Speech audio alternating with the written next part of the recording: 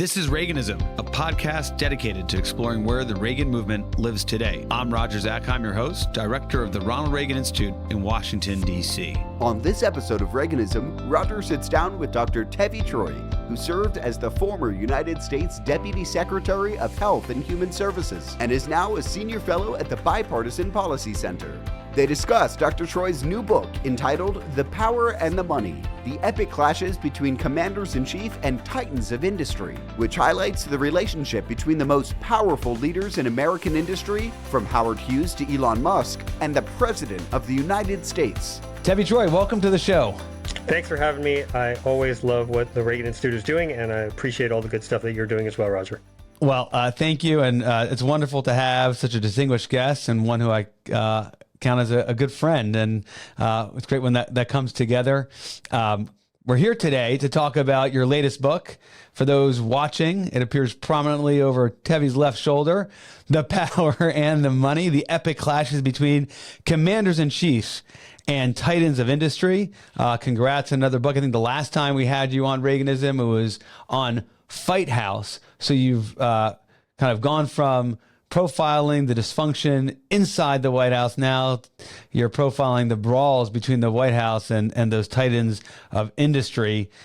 You bring such a great perspective and a fun perspective to looking at the presidency in particular and Washington power centers through an historical lens. But one thing I always kind of enjoy about whether it's an opinion piece you're publishing in the Wall Street Journal or your latest book, it gives me two feelings, Tevi. I wonder if you can react to this. Maybe we'll start here. On the one hand, I always feel like, oh, we've been here before. Like there's just everything that we're dealing with today and the crises that seem so challenging and insurmountable. You read Tevi Troy and you're like, okay, we can see our way through it. And then relatedly, and perhaps, it's part of it is that it makes me feel more optimistic. That's why you're wearing a Reagan zip up. You got that dose of Reagan optimism. So that's how I relate to a lot of your work. I'm sure you've heard that from other admirers, but I'm assuming that's intentional in part. Well, yeah, and it's always great to hear that from you. And I think both of those are important because, look, we hear in every election, right now we're in an election cycle, this is the most important election of our lifetimes. I'm in my 50s. I've been through a lot of elections. Every single one is the most important of our lifetime. At some point, it just doesn't have any meaning. The second thing is, if we lose this, the country's gone, the country's down the tubes, the country's over. And you hear it from both sides. You hear it all the time. And I don't buy it. This is a great country. We have powerful institutions, strong institutions, a well-designed constitution. We're not going anywhere. I understand that there are preferences. Sometimes I like a policy A better than policy B, but we have resilience in this country that I don't think people acknowledge. And the second thing about the optimism, we have to go to my former boss and mentor, the late Ben Wattenberg, who was a Lyndon Johnson speechwriter, a Democrat by training, I guess, but he was Ronald Reagan's favorite Democrat. This was a designation that would appear in the press. Ronald Reagan's favorite Democrat. And he was relentlessly optimistic. He wrote a great book called The Good News Is, The Bad News Is Wrong. And he gave me a different way to look at things. Every time you see a statistic and you think that's negative, he would flip it around and show the positive aspects of it. So he really gave me a healthy appreciation of America. All right. So you've exposed my ignorance in terms of Reagan's admiration, his favorite Democrat, Wattenberg. And he was your mentor and advisor when you were doing your PhD at University of Texas or someplace else? No, he worked at the American Enterprise Institute. Oh. In my first job in Washington, the job that actually led to me going to get a PhD because I recognized all the people that I wanted to be like had graduate degrees. But he was working in AI. I worked for him for almost 3 years, and he taught me a lot about how this game is played. One unbelievable piece of advice he gave me was there was a scholar who I'm not going to name, is no longer with us, who would write books every year, and he would always grumble that he didn't get a review here and he didn't get paid attention there. And Wattenberg said to me once, that guy would have twice as much influence if he wrote half as many books. And as you know, I write my books every 4 or 5 years. I don't write books every year because I think you can't overload the system. You can't just be in people's faces all the time. You've got to think carefully about when and where you appear. It's one of the reasons I don't have a column. You kindly mentioned that I do appear in the Wall Street Journal, but right. I don't want to be that guy people say, oh yeah, Troy, I know what he says on column 4 on page 813. Right, and I think that happens to many columnists, that it ends up you know where they're going before you get through that first paragraph. Actually, there's a Reagan corollary to what you just described. No doubt you're familiar with this, but when Reagan lost the nominating contest against Ford, his inner circle wanted him to appear weekly on TV. He had the opportunity to join Cronkite, I believe, maybe once a week, and that was considered like you could not do better. And Reagan declined and instead chose to do the short radio addresses, which you could read in the book Reagan in His Own Hand. And the rationale is presented there in the foreword to that book is his view was that people will get tired of seeing me. Yeah, absolutely right. And there was this idea that you gotta manage your exposure, and I think perhaps a lot of elected leaders in office today could use that advice. Yeah, Franklin Roosevelt, who was Reagan's favorite president for a long time, Reagan voted for him multiple times. He had that same idea where he thought he gave these fireside chats, and people think, oh, fireside chat, he must have been doing it weekly. No, he gave them sparingly. And he actually thought that Winston Churchill, who was an amazing communicator, that Churchill appeared too often on British radio. Yeah. There's a lot to be said for that, and it's maybe it's a good way to transition a little bit to your book. But the media's changed so dramatically, and presidents are not kind of addressing the nation from the Oval Office perhaps as much as they did in the past, and it's either coming in the form of tweets or recordings here and there, and I wonder if we're losing something for that.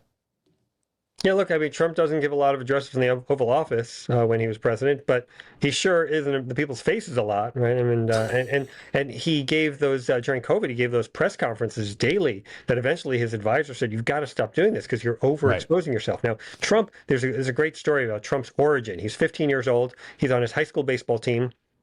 And the next day in the local newspaper, it says Donald Trump appeared, got a hit or something like that. And he looked and he said, "I want more of that." It's not a joke. He wants press attention. He thinks it's great. So it could be negative, it could be positive. He wants press attention. But that leads to the risk of overexposure, and Reagan was careful about that. So power and the money. This is the relationships between commanders-in-chief, presidents, and titans of industry. Go online, go on Amazon, purchase it. Fantastic. I mean, this is a fun read. I'm curious if this is the book you had the most fun writing. We've talked along the way, and you regaled me with some of the stories and findings that you came up with in doing the research. But I mean, just to continue for those listening and watching, it's so much fun to read. And you get through the book, and then you see this amazing appendix, which is CEO models of engagement, which is so much fun. Like you just see how each CEO approached the presidency different. And then the second appendix, development of federal tools for influencing private sector activity. All right, that might be for the business people out there. And then the best one, my favorite, is you have Appendix 3, CEO joke file. And, from Jamie Dimon to Bill Gates, who I wouldn't have thought would have been particularly funny, Lee Iacocca, Rockefeller. I mean, it's so much. It just struck me as a book that you had fun writing. Yeah, as you know, Roger, I read a lot of books, and I have a sense of what works and what doesn't work. So I really try and make my books fun for the reader. I have this rule. I try never to write a boring sentence. If I'm bored by the sentence, the reader is definitely going to be bored by it. I try to put in these fun appendices that include jokes or different stories or models, some kind of a summary of the book that gives you a flavor of what's in the book. And I try and keep it going with kind of cliffhangers at the end of chapters, suggestions of where things are going, hints of what might be happening, and also killer stories. I mean, my favorite thing is I'm in the archives or digging deep into something, and I come across a story and I say, man, that story is going to kill it on book tour. Right. Yeah, you got to have the good stories, and which there are many. So I kind of think about this. It's a history, kind of when we saw CEOs coming in and engaging with the White House, and then you also have kind of these different models, right? The CEOs that just wanted to become rich and powerful and have nothing to do with Washington, and the other one CEO who was fully engaged in Washington and contemplated perhaps taking the position from the president who that CEO was lobbying or engaging with. of all the CEOs, I know you've had this question thrown at you a million times as you've been talking about the book since it was published. Yeah. Which CEO did you just like? Oh, that's a personality I can't read enough about. So the guy who grabbed me the most was Lew Wasserman. I just love this guy. He was a Hollywood guy. I wasn't sure I was going to include him when I first started doing it, but a cousin of mine who used to work for the Motion Picture Association, he said, you have to include Wasserman. I started digging into him. He grows up in Cleveland, kind of unknown origins. We still never discovered his birth certificate. He becomes an agent. He becomes Ronald Reagan's agent, gets Reagan his first $1 million contract. Then he heads the agency. Then he wants to buy a studio, which gets him in the crosshairs of Bobby Kennedy's Justice Department. And then a guy who's eschewed politics his whole career, he doesn't have any interest in Washington government, says, wait a minute, this government thing can come after me, so I better figure out how to master it. And master it he does. So tons of great stories about Lew Wasserman in the book. Lew Wasserman is remarkable, not only because of, I guess, that background and the industry he's in, right, Hollywood and what you just described, but the span. I mean, as you just noted, this is somebody who was dealt with presidents, we're talking Kennedy and all the way through Reagan and after. All the way through anybody else? Go ahead. All the way through Bill Clinton, yes. Is anybody else rival in terms of that span and kind of reach and influence into the White House from industry? Yeah, Jack Welch knew 10 presidents. So he's up there. Lee Iacocca had interactions with presidents from Nixon through Clinton. So there are some. And the whole idea of this book was that the CEO had to have engagements with multiple presidents, because a president is limited to 1 or 2 terms unless you're Franklin Roosevelt. But CEOs can have these longer career spans. And I thought it was fascinating to see how they dealt with different eras, how they dealt with different presidents, dealt with different parties, and this ability to compare and contrast how they do in different circumstances was what really attracted to me about the book.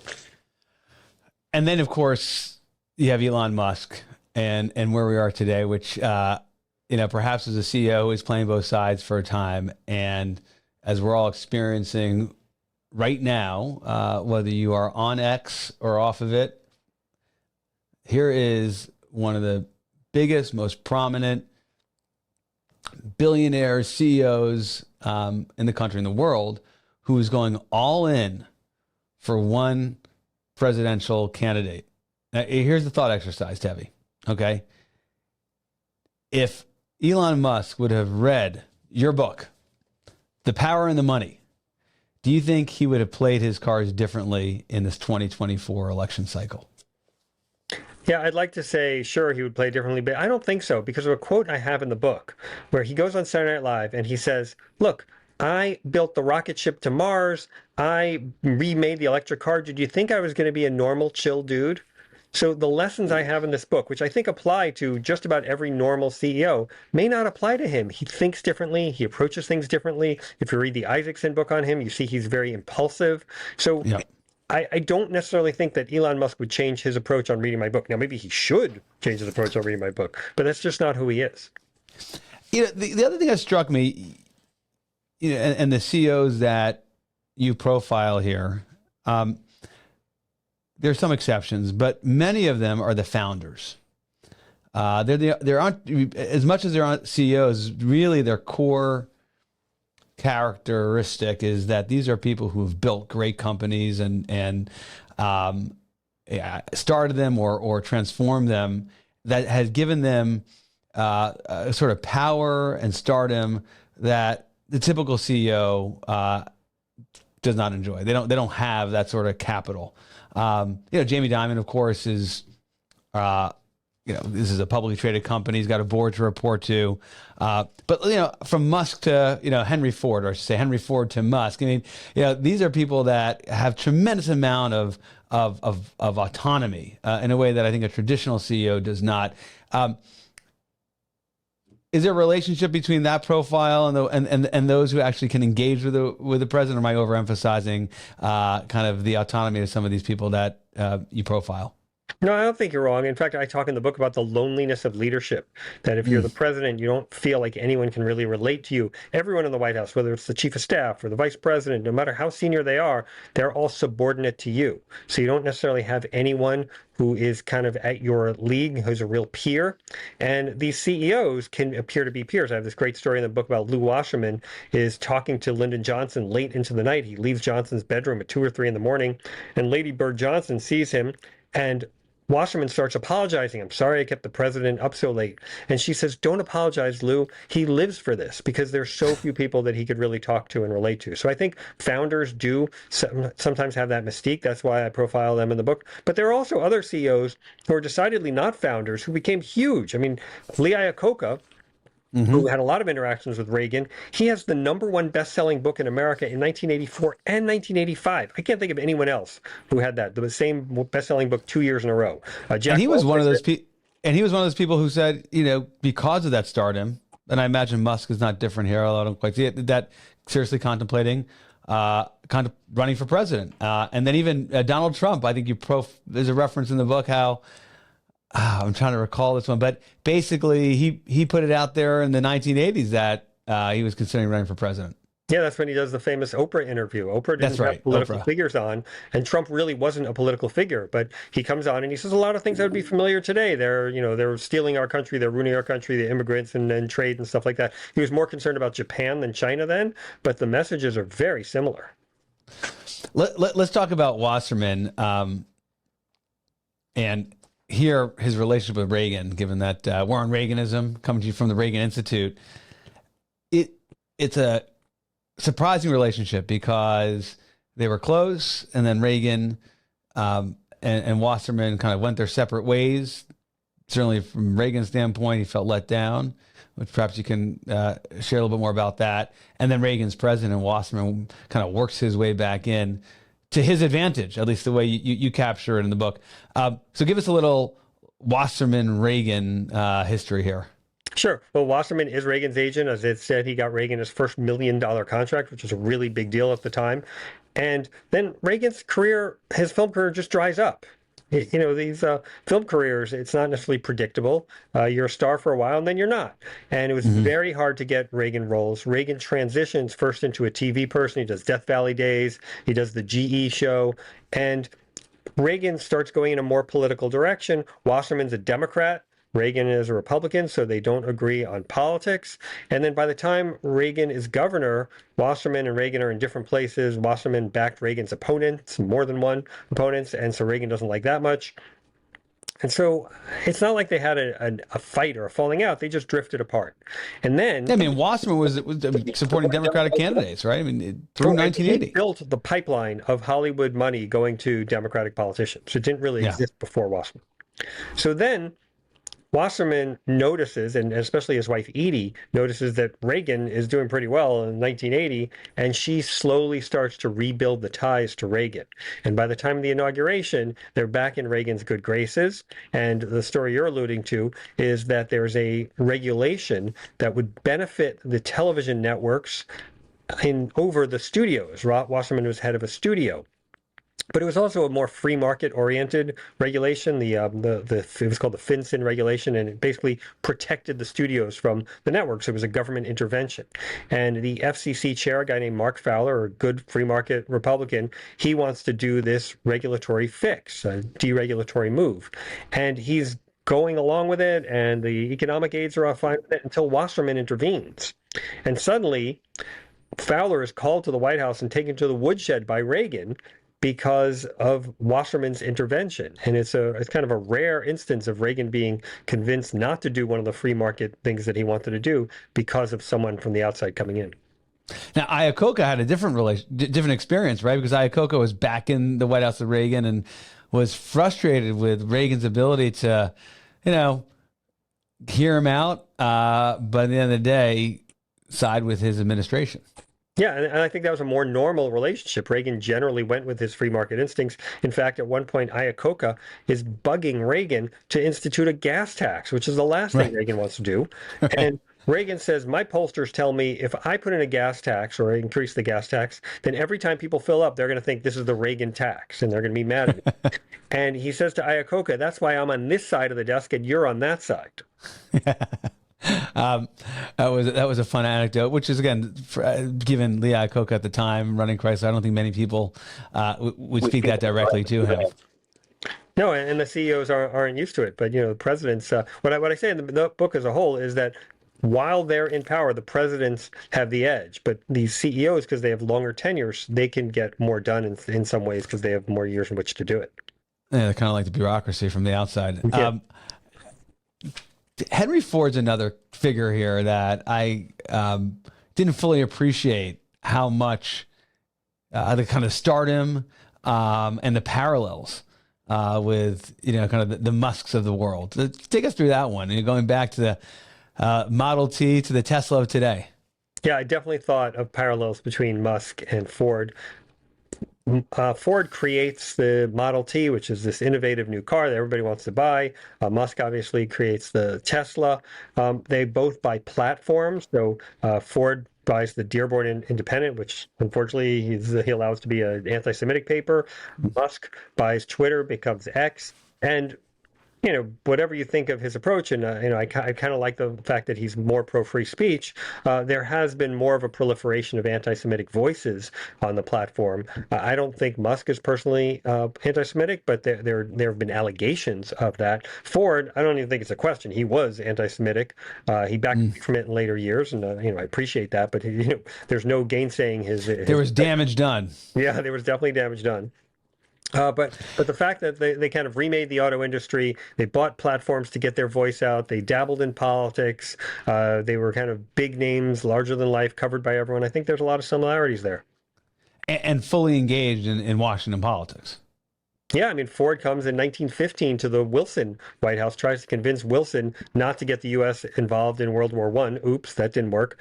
But he kind of charms Ford charms Wilson by telling Henry Ford jokes. And if you just look on the internet for 5 minutes, you'll find all kinds of Elon Musk jokes today. So the fact that they're both subject to these jokes, I think, is another similarity. The other CEOs that you brought in, which one that you kind of wouldn't have expected, was Katharine Graham, who was the owner and publisher, longtime owner and publisher of the Washington Post. Famous, of course, for owning the Post during the Watergate scandal and being kind of the ultimate Washington insider, having a salon in her home and the like, and obviously being someone who was an intimate of many presidents.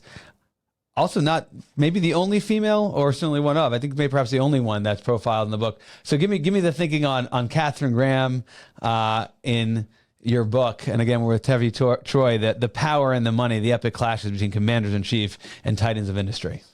Yeah, well, Graham is actually one of two CEOs that are female that I profile, including Oprah Winfrey. Oh, Winfrey Oprah, of course, kind that's right. Reverse of some of the other CEOs. They build a company and then create a platform. She has a platform and then uses it to create a company that she is the CEO of. But in terms of Katharine Graham, she is best known for the one president she didn't have good relations with. She has good relations with every president for decades, and she has them to her house. She has these salons, but the Nixon administration won't engage with her. And it's really the Nixon administration that makes her famous in terms of both when she publishes the Pentagon Papers over the Justice Department in objections, and then she and her paper relentlessly pursue the Watergate scandal when other papers aren't addressing it. Katharine Graham, she is someone, given that she owned this newspaper at a time where newspapers ruled, really had leverage over presidents, right? This is the sort of thing. How did she have the personal relationships at the same time that her paper was, could be destroying a president's initiative or just overall kind of public perception? Yeah, it was hard. Look, she had this paper that every president was reading every day. Right. So that makes it a little different. And Lyndon Johnson, often, even though he was a Democrat and Post is mostly a liberal paper, Lyndon Johnson didn't always like the coverage that he was getting in the Washington Post. I have this great story of him inviting her to his bedroom and berating her while he gets undressed, and then she's a little uncomfortable at the That's an LBJ power play, right? Yeah. But he notices that she's uncomfortable at this nude or nearly nude president in front of her, and he instructs her to turn around, and he keeps yelling at her while he finishes getting dressed. So that was classic LBJ. It kind of almost a bygone era, right, Tevi? Because could you imagine a publisher of a newspaper having that kind of power and play today? I mean, doesn't really think about the Wall Street Journal, the New York Times, certainly the Washington Post. I mean, with Bezos is behind the Post, it doesn't really seem to have that sort of impact, come close to it. The closest thing I would say might be Murdoch. Who all his life, I mean, he first meets Kennedy in the White House in the early 60s.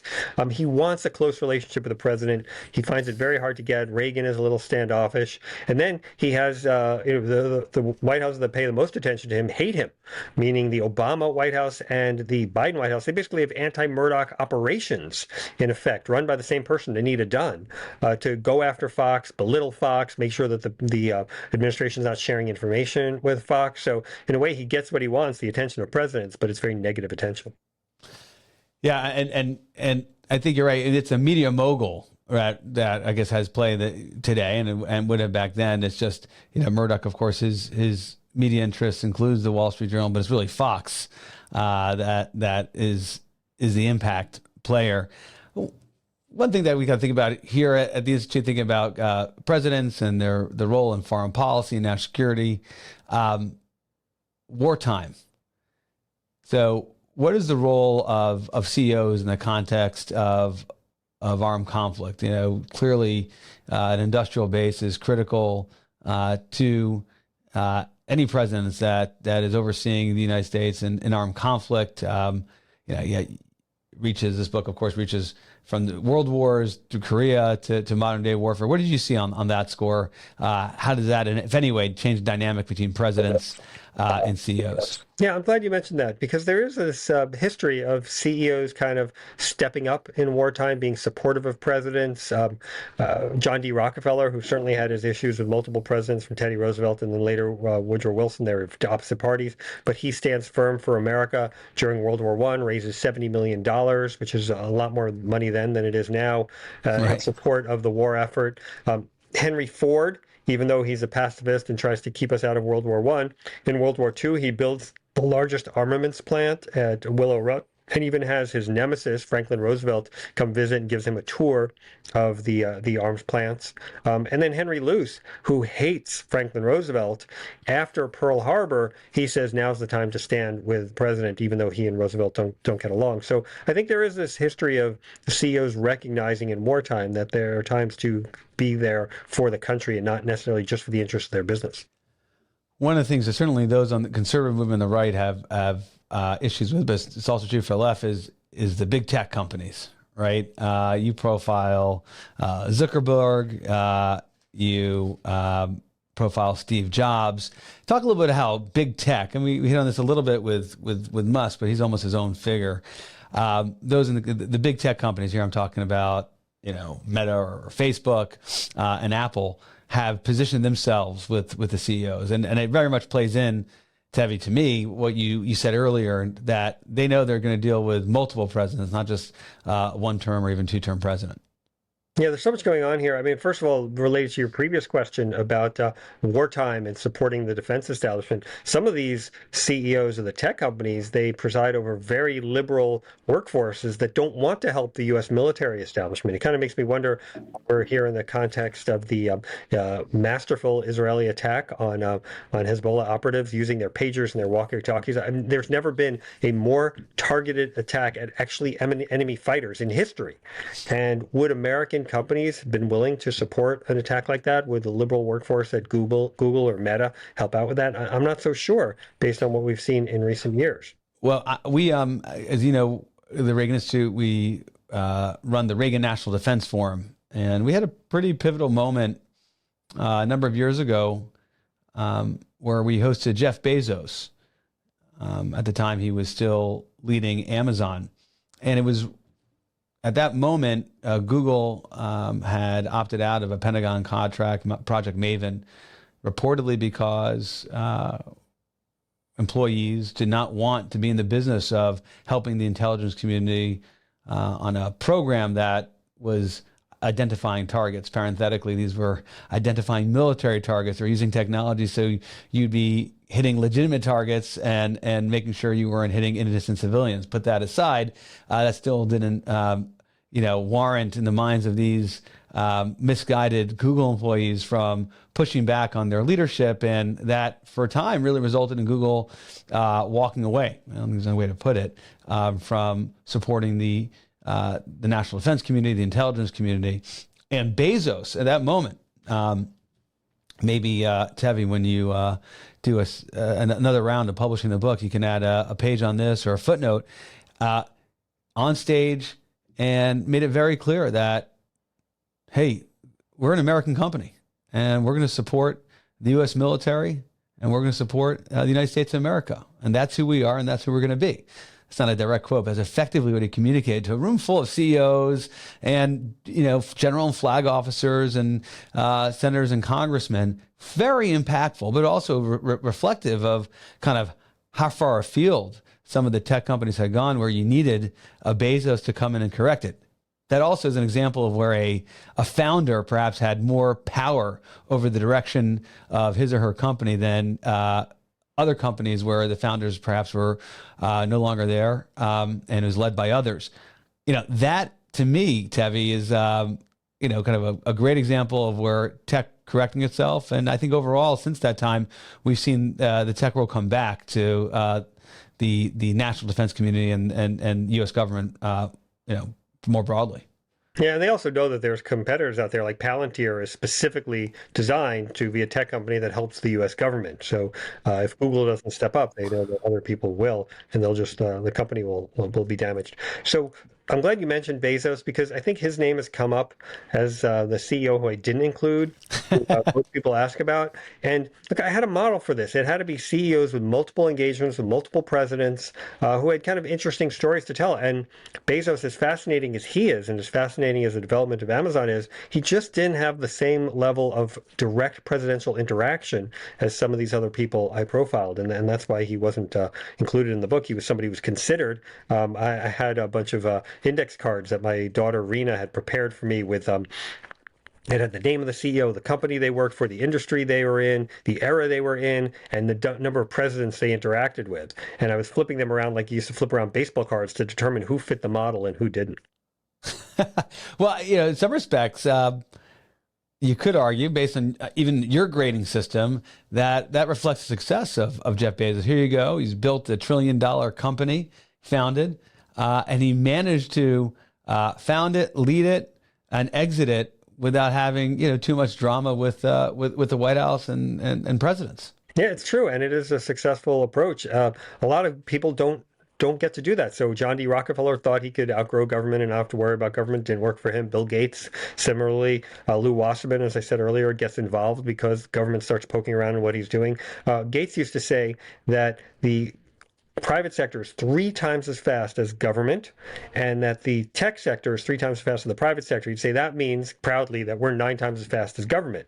But it doesn't matter how fast you are. If government grabs a hold of your ankle, it's big and it's not letting go. And I think that's what happened to Gates and some of these other people. Yeah, I'm glad you raised Gates. He's another big name that's profiled here. We haven't chatted about. And God, talk about a span and a company that had to reinvent itself multiple times. I mean, Microsoft is one of the great stories.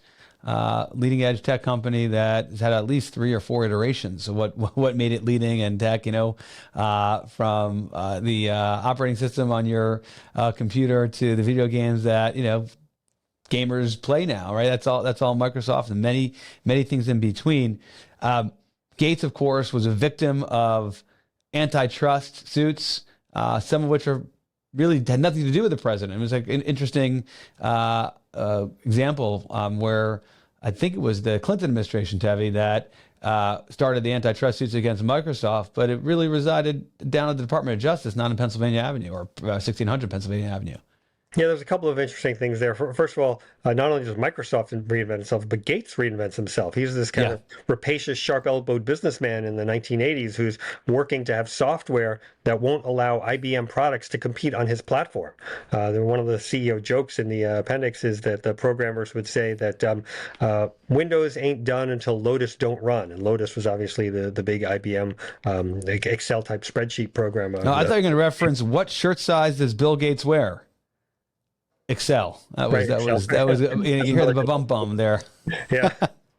So he reinvents himself from this rapacious, sharp-elbowed, nasty, arrogant businessman who does very poorly on the stand in the Microsoft trial to this kind of avuncular pro-America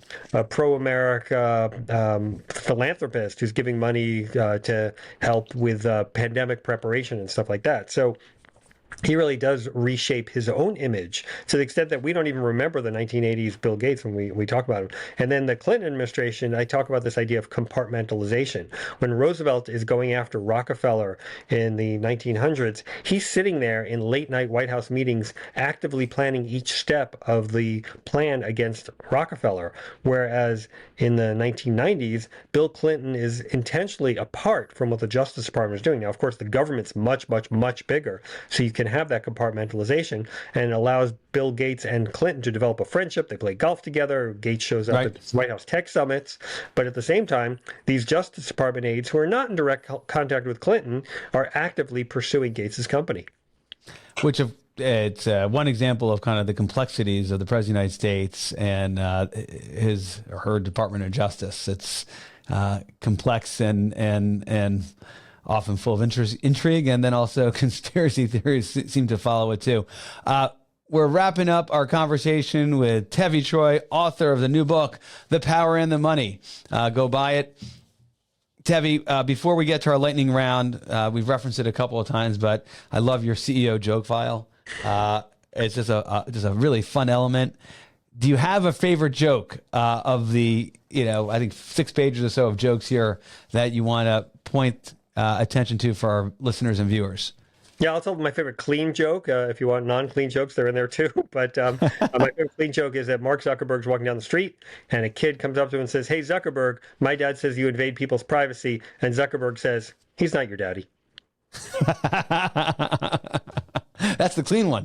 Yeah, that's the clean one. There's one more question I had here that I wanted to ask you, which is of all the CEOs that you've profiled, the ones that are living and are still leading, and maybe ones you looked at but didn't make the book, do you see any of them pulling the Donald Trump and being a candidate for office and running for president?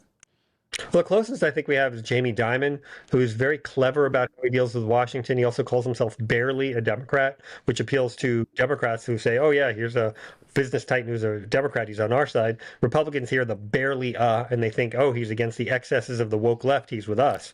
So I think that's a smart construction. I think he could potentially do it. But he did in 2020, I think, unwisely say that if he ran against Trump, he'd beat him. And Trump, of course, pounced on that, and Dimon had to apologize. So I think Dimon is the most likely to do it of the people who are alive and profiled in the book. All right, got that one in. Now let's go to lightning round. Give us your favorite Reagan speech, book, and or quote. So I'm going to do a little bit of each, but I'll talk most about the quote. My favorite Reagan speech, and this is something that I've written about for you, Roger, at the Institute, is the speech after the Challenger explodes. I mean, that was the day the State of the Union was supposed to be written or given, and they find out in late morning what has happened. They completely shift gears. They tell that girl, Peggy Noonan, to write the speech, and it's really one of the most brilliant speeches, about 4 minutes, but those 4 minutes really give you a window into how great the Reagan presidency was and how well it operated.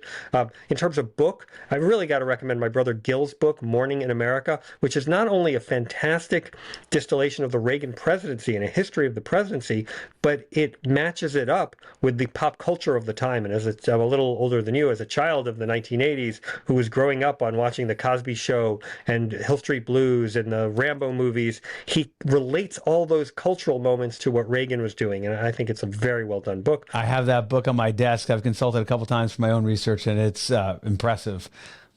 But then I got to give my favorite Reagan quote, which is something that he would use in speeches, which is a phrase, it's a very short phrase. It's liberty binds us together.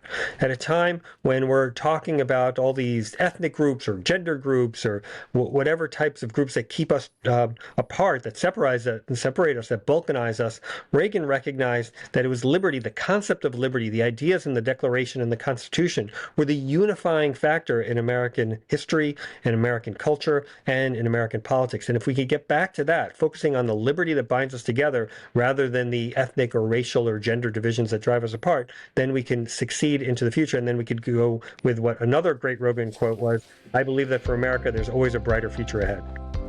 Tevi Troy, great stuff as always.